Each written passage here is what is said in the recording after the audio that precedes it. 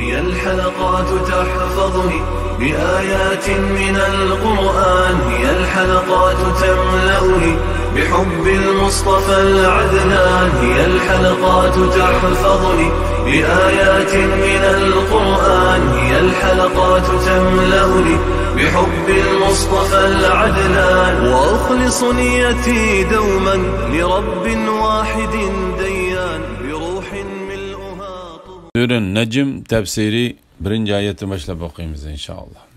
Bismillah, elhamdülillah ve salatu ve selamu ala Resulullah. Esselamu aleyküm ve rahmetullahi ve berekatuhu. Tüvende diktanlağa İbn Kethir Rahimullah'ın Kur'an-ı Kerim tefsiri Uygurca tercümesi Necm suresi 1. ayetinden başlayıp okuyayım inşallah. Ba'de euzubillahimineşşeytanirracim. Sure Necm Mekke'de nazil bolgan 62 ayet. Bu surenin secde ayeti nazil bolgan tunji sure ekenligi to'g'risida.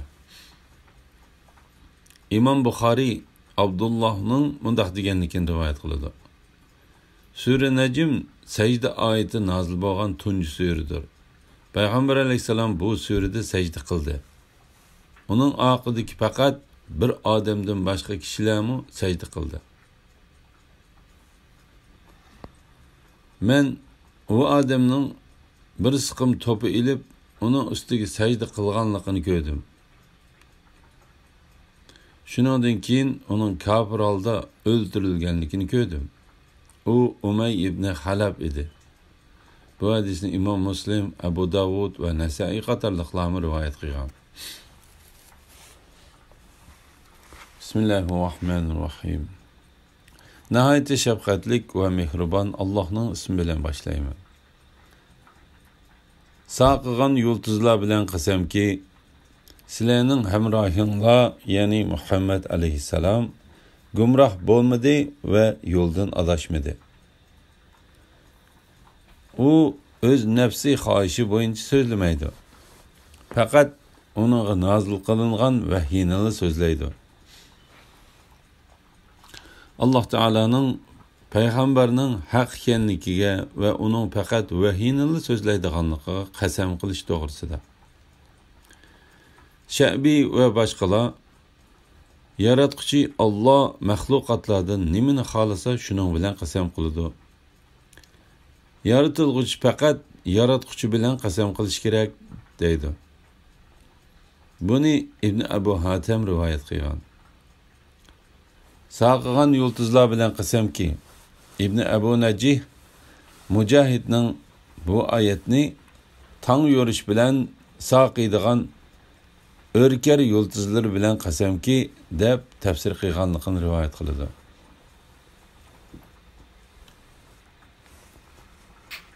Zahak bu ayetni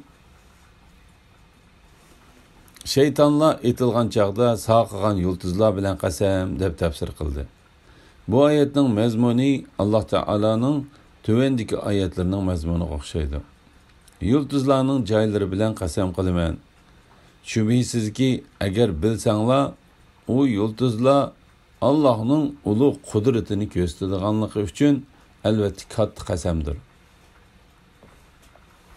Shek shubhisizki u ulug' Qur'ondir. Kitapta yani Lavhil Mahfuzda saqlangandir. Onu faqat haq bo'lganlarlar tutadi. U olamlarning Rabbi tarafidan nozil qilingandir. Sizlarning hamrohinglar, yani Muhammed aleyhisselam gumroh bo'lmadi ve yo'ldan adashmadi. Mana bu qasamning javobidir.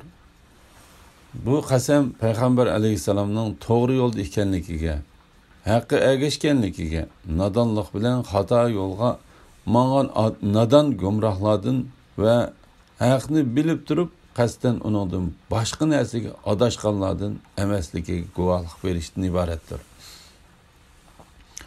Allah peygamberini ve dinini Hristiyanlarga o'xshash gumrohlarning haqni bilib turib uni yo'shirdigan ve onun aksicha ish qildigan azg'un Yahudi firqalarining chaplagan bo'htonlardan pakladi. Mana bu Allah Teala'nın Muhammed Aleyhisselam'a bo'lgan rahmeti ve salam bulup, bu Allah'ın ona gayet zor derecede dağdam, toğra ve durust bo'lgan katta din bilen peygamber kılıp evetkenligi delildir. Bütün ehl cihan üçün rahmet kılıp evetilgen peygamberinin öz nefs xahişi boyunca sözlemeydiganlık doğrusudur. O öz nefs xahişi boyunca sözlemeydi. Yani bir ağız sözünü mü öz xahişi ve garzı boyunca kılmaydı. Fakat onunla nazil kılıngan vahiyini sözleydi. Yani o fakat kişilerge Allah tebliğ kılışkı buyurgan nersini kılç koşup koymasın ve kemeyt öğretmezsin aynen ve toluk yetkizidir. Bu vakti İmam Ahmed Ebu Umamed'in Peygamber Aleyhisselam'dan mundaq degenligini rivayet kıldı. Peygamber emes bir adamның şefaati bilen iki kabile Rabi'a ve Muzer kabilelerinin adamlarida ki o iki kabilenin birinin adamlarida kişiler cennetki çokum kirdi. Bu sözünü anlayan bir adam, ey Allah'ın peygamberi, Rabi'a kabilesi Muzer kabilesi bilen bir emes mi? Degende Peygamber Aleyhisselam onunla, men fakat demekçi bolgan sözünü deymen dep cevap verdi.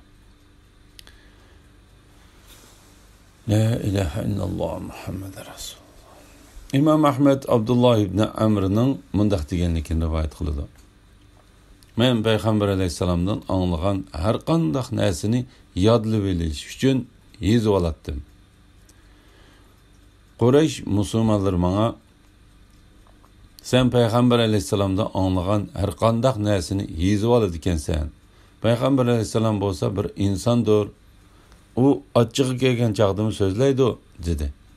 Şunun bilen yezişten toxtab, onu Peygamber Aleyhisselam'a ettim.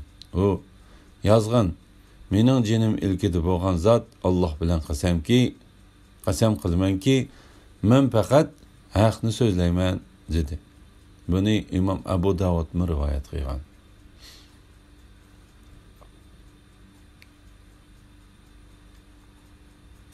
Vahiyni onunğa küçlük farishta Cibril ta'lim berdi. Onun yani Cibril'nin görünüşü çıraylık bulup, yukarı ufukta öz şeklinde turdu. Andın o asta Muhammed Aleyhisselam'a yıkılışıp tövengi sangıldı. O Peygamber Aleyhisselam'a iki yaşak miqdari yoki onundan mı yıkınlaştı. Allah bendisiga Cibril orqali tegishlik vahiylarni vahiy qildi. Onun köygününü dili inkar qilmadi, yani rast köydü. Ey müşriklar camiasi, onun köygenleri üstüde onun bilen münazara qilishamisizlar? O Cibrilni hakikaten ikinci qitim Sidratul Muntaha darxining yenida köydü. Cennetul Ma'va bo'lsa Sidratul Muntaha'nın yenididir. O Sidratul Muntaha'ni alemlerinin Rabbinin nuru kaplagan çağda köydü. Peygamberinin közü oң solga buralmadı. Közlengen näsidin ötüp ketmedi. Şübhisiz ki o Rabbinin kudretini gösterdiğin büyük alametlerini köydü. Peygamberlerge işençlik farishta Cibril'nin ta'lim berdiganlik to'g'risida. Allah Teala bendisi ve elçisi Muhammed Aleyhisselam'dan haber verip, o insanlar ilip kelgen vahiyini onun küçlük farishta Cibril Aleyhisselam ta'lim berganligini bayan kıldı. Allah Teala bu vaqti mundaq deydi. Kur'an hakikaten Allah'ın izzetlik bir elçi arqılıq nazil qılınğan sözüdür. O elçi küçlüktür. Allah'ın dergahida mertebeliktir. Farishtalar ona itaat qılğıcıdır. Bu yerde yani asmanda o işeyliktir. Onun yani Cibril'nin görünüşü çıraylık bulup, Mujahid, Hasan va Ibn Zayd qatorliqlar bu oyatni u kuchlik farishta bo'lib deb tafsir qilgan. Ibn Umar va Abu Hurayra rivoyat qilgan bir hadisda payg'ambar alayhisalom bunday degan: sadaqa boy, kuchlik va sog'lom tan egasiga halol bo'lmaydi. Bu hadisni Imom Abu Davud rivoyat qilgan. Yuqori ufuqda, ya'ni Jibril alayhisalom subhi yuradigan, tong otadigan, kun chiqadigan tarafda o'z shaklida turdi. Hasan, Mujahid, Qatada, Rabi ibn Anas, Ikrima ibn Zayd va boshqalarmi shunday tafsir qilgan. Imom Ahmad Abdullah ibn Mas'uddan rivoyat qiladi-ki, payg'ambar alayhisalom Jibrilni o'z shaklida ko'rgan. Jibrilning 600 qanoti bo'lib, har bir qanoti ufqini to'sib oladi. Uning qanotidan rangarang nur julanib turadigan marvoyit va yoqutdek narsalar to'kilib turadi. Uning zodi nima ekanligini Alloh bilguchidir. Imom Ahmad ibn Abbas radhiyallohu anhumadan rivoyat qiladi-ki, payg'ambar alayhisalom Jibrilni o'z shaklida ko'rishni talab qilgan. Jibril undaqda Rabbingga duo qilgin degan. Shuning bilan payg'ambar alayhisalom g'olib va buyuk Rabbiga duo qilgan. Ondan sharq tarafdan bir qorong'ulik chiqib, yuqoriga o'rlashga va atrofni qoplashga boshlagan. Payg'ambar alayhisalom buni ko'rib hushidan ketgan. Shuning bilan Jibril uning yeniga kelib, uni yo'lab to'g'izib, uning jog'idan chiqqan kupikni surtgan. La ilaha illalloh Muhammad Rasululloh. U ikki yachoq miqdori yaqinlashdi degan oyatning tafsiri to'g'risida. U payg'ambar alayhisalomga ikki yachoq miqdori yoki uningdan yaqinroq yaqinlashdi. Ya'ni Jibril alayhisalom Muhammad alayhisalomning yiniga zaminga tushgan chaqda uningga shu qadar yaqinlashdiki, agar uning bilan Muhammad alayhisalomning orliqini o'ltsa, u ikkisining orasi aranla ikki yachoq miqdori keladi. Mujahid va Qatada shunday tafsir qilgan. Bu oyatdan o'qiyaning kirichi bilan uning ikki beshini bog'laydigan orliqning uzunligi ko'z tutildi deb tafsir qilingan. Yuqorida aytganimizdek, Muhammad alayhisalomga shu qadar yaqinlashqichi haqiqatan Jibril alayhisalomdir. Bu mu'minlarning onasi Aisha ibn Mas'ud, Abu Dar va Abu Hurayra radhiyallohu anhumlarning so'zidir. La ilaha illalloh Muhammadar Rasululloh. Ibn Jarir Abdullah ibn Mas'udning u payg'ambar alayhisalomga ikki yachoq miqdori yoki uningdanmi yaqinroq yaqinlashdi degan bu oyat haqida payg'ambar alayhisalomning bunday deganligini rivoyat qiladi. Men Jibrilni ko'rdim. Uning 600 qanoti bor ekan. Imom Buxoriy Shaybaning bunday deganligini rivoyat qiladi. Men zarridan Allohning u payg'ambar alayhisalomga ikki yachoq miqdori yoki uningdan yaqinroq yaqinlashdi. Allah bendisiga Jibril orqali tegishlik vahiylarni vahiy qildi degan oyat to'g'riliq so'radim. U bizga Abdullah Muhammad alayhisalom Jibrilni ko'rganligini, uning 600 qanoti borligini so'zlab bergan edi dedi. Allah bendisiga, ya'ni Muhammad alayhisalomga Jibril orqali tegishlik vahiylarni vahiy qildi. Said ibn Jubayrning Allah Ta'ala'nın Allah bendisiga Jibril orqali tegishlik vahiylarni vahiy qildi degan oyat haqida Allah Muhammad alayhisalomga u seni yetim bilib panoh bermidimi, sening shuhratingni ustun qildik degan oyatlarni vahiy qildi deganligi rivoyat qilingan. Boshqa tafsirshunoslar Allah uningga jannatga sen kirmagicha payg'ambarlarning uningga kirishi, sening ummating kirmagicha boshqa ummatlarning kirishi haromdir deb vahiy qildi deydi. La ilaha illalloh Muhammadan Rasululloh. Payg'ambar alayhisalom Isro kechasi Rabbini ko'rganmi degan masala to'g'risida. Onun köygününü dili inkar qilmadi, ya'ni rost ko'ydi. Ey mushriklar jamiyasi, onun ko'yganlari ustida uning bilan munozara qilishamsizlar? İmam Muslim İbn Abbas'tan rivayet qiladi-ki, u onun ko'ygunini dili inkar qilmadi va u uni haqiqatan ikkinchi qitim ko'ydi degan oyatlar ustida to'xtalib, Muhammad alayhisalom Rabbini dili bilan ikki qitim ko'ydi deydi. Sammakmu İbn Abbas'tan İmam Muslim o'xshash rivoyat qilgan. Abu Salih Suddi va boshqalarmu Muhammad alayhisalom Rabbini haqiqatan dili bilan ikki qitim ko'ydi deydi. Masruq mundaq deydi. Men Aishaning qishig'iga kirib uningga Payg'ambar alayhisalom Rabbini ko'yganmi dedim. U sen haqiqatan shundoq bir narsani so'radingki, buningdan qattiq cho'chiganligimdan sochlarim tik turib ketdi dedi. Men o'zingizni besib oling deb, ondan shubhisizki u Rabbining buyuk alomatlarini ko'rdi degan oyatni o'qidim dedim. U aqlingga ketdi. U haqiqatan Jibrilni ko'rdi. Sen kim Muhammed alayhisalom Rabbini ko'rdi yoki u Rabbi buyurgan narsalardan birer narsani yo'shirdi yoki u Allah Taala aytgan 5 ishni, ya'ni qiyomatning bo'ladigan vaqti to'g'risidagi bilim haqiqatan Allohning dargohidadir.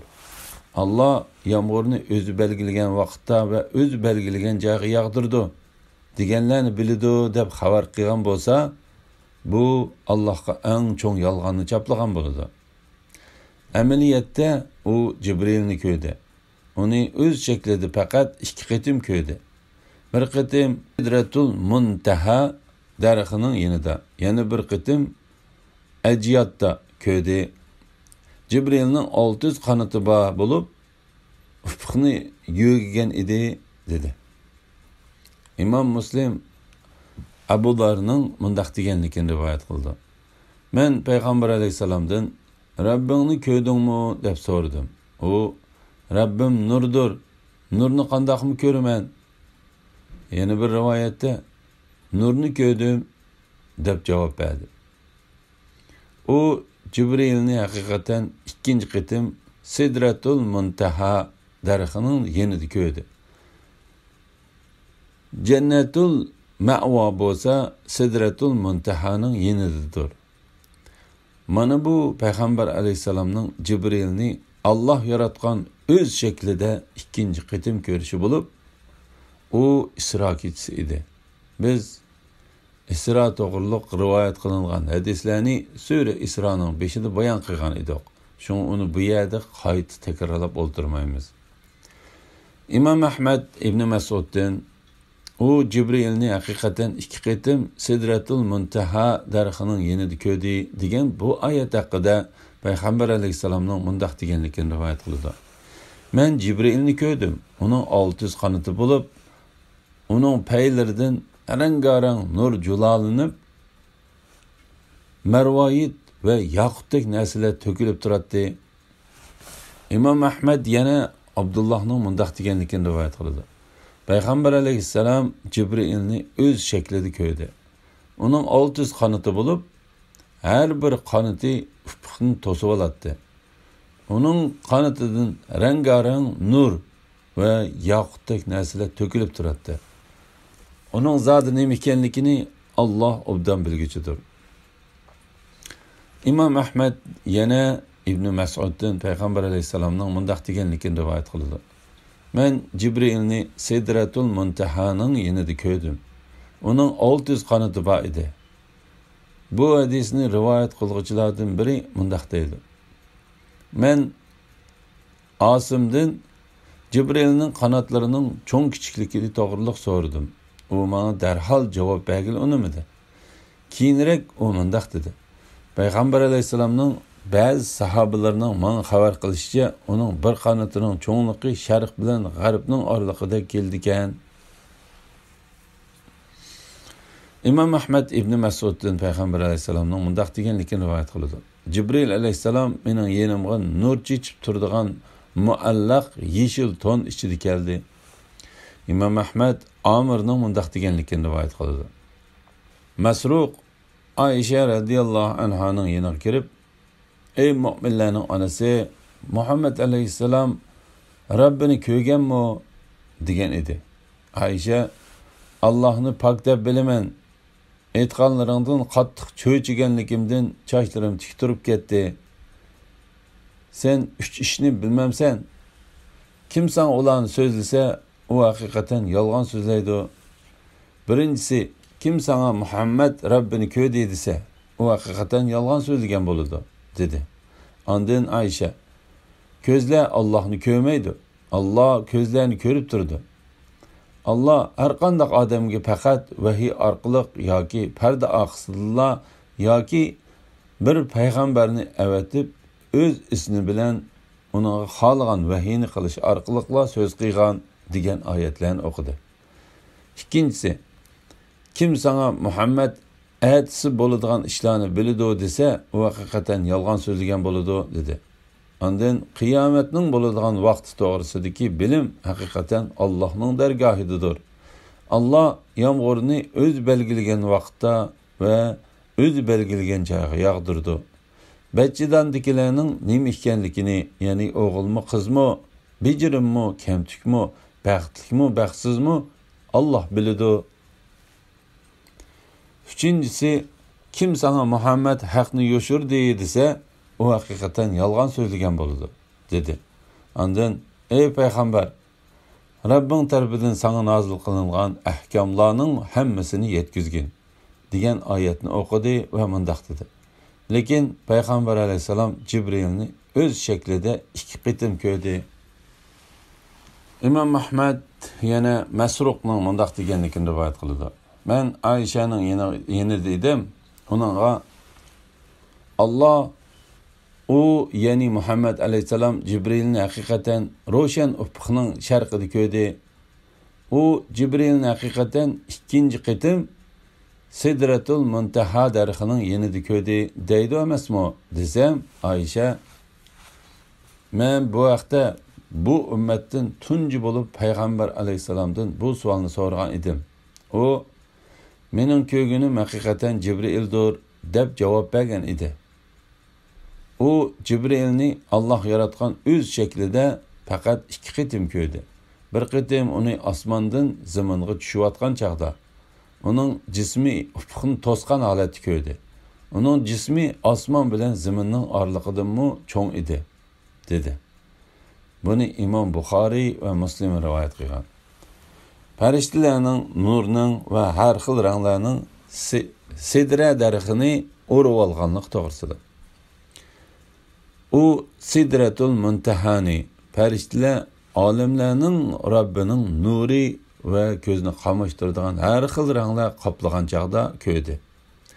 Isra haqidagi hadislarda Sidratul Muntahani farishtalar go'yo qog'lardek o'rib olganligi, onun üstüden uni alemlerinin Rabbinin nuri urvalganlıqı ve yana gözünü qamaştırdıgan her xil ranglar urvalganlıqı Peygamber aleyhisselamdan o vaqt so'ralganda onun nima ekanligini men bilmayman deganligi bayon qilinib o'tildi. İmam Ahmed Abdullah ibn Mas'udning mundaq deganligini rivoyat qildi. Peygamber aleyhisselamni osmonga ilib chiqqanda u en ahirki joy Sidratul Muntahaning yeniga yetib bordi. U 7-chi qavat osmonda bo'lib, zamindan o'riltilgan har qanday narsa uning yenida to'xtatiladi. Ondan u yerdan ustiga elib ketiladi. Uning ustidan tushirilgan har qanday narsa yana uning yenida to'xtatiladi. Ondan u yerdan elib tushiriladi. U Sidratul Muntahani olimlarning Robbining nuri qoplagan chaqda ko'rdi. Ya'ni uni oltin yopiqlar qoplagan edi. Abdullah ibn Mas'ud sözünü davomlashtirib bundaq deydi. Shu chaqda Payg'ambar alayhisalomga 5 vaqt namoz Sure Baqara'nın oxiridagi oyatlar va uni oxirgi zaman ummatidan kimki Allohga hech narsani shirik keltirmasa, uningga mag'firat qilinadiganlik qatorliq 3 narsa berildi. Buni Imom Muslim rivoyat qilgan. Payg'ambarning ko'zi o'ng so'lga buralmadi.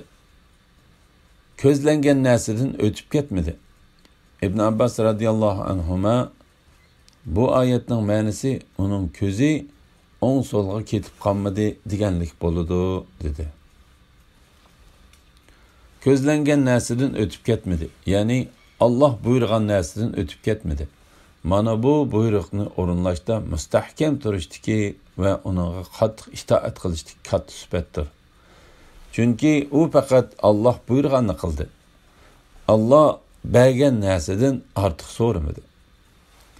Shubhisizki u Rabbingning qudratini ko'rsatadigan buyuk alomatlarni ko'rdi.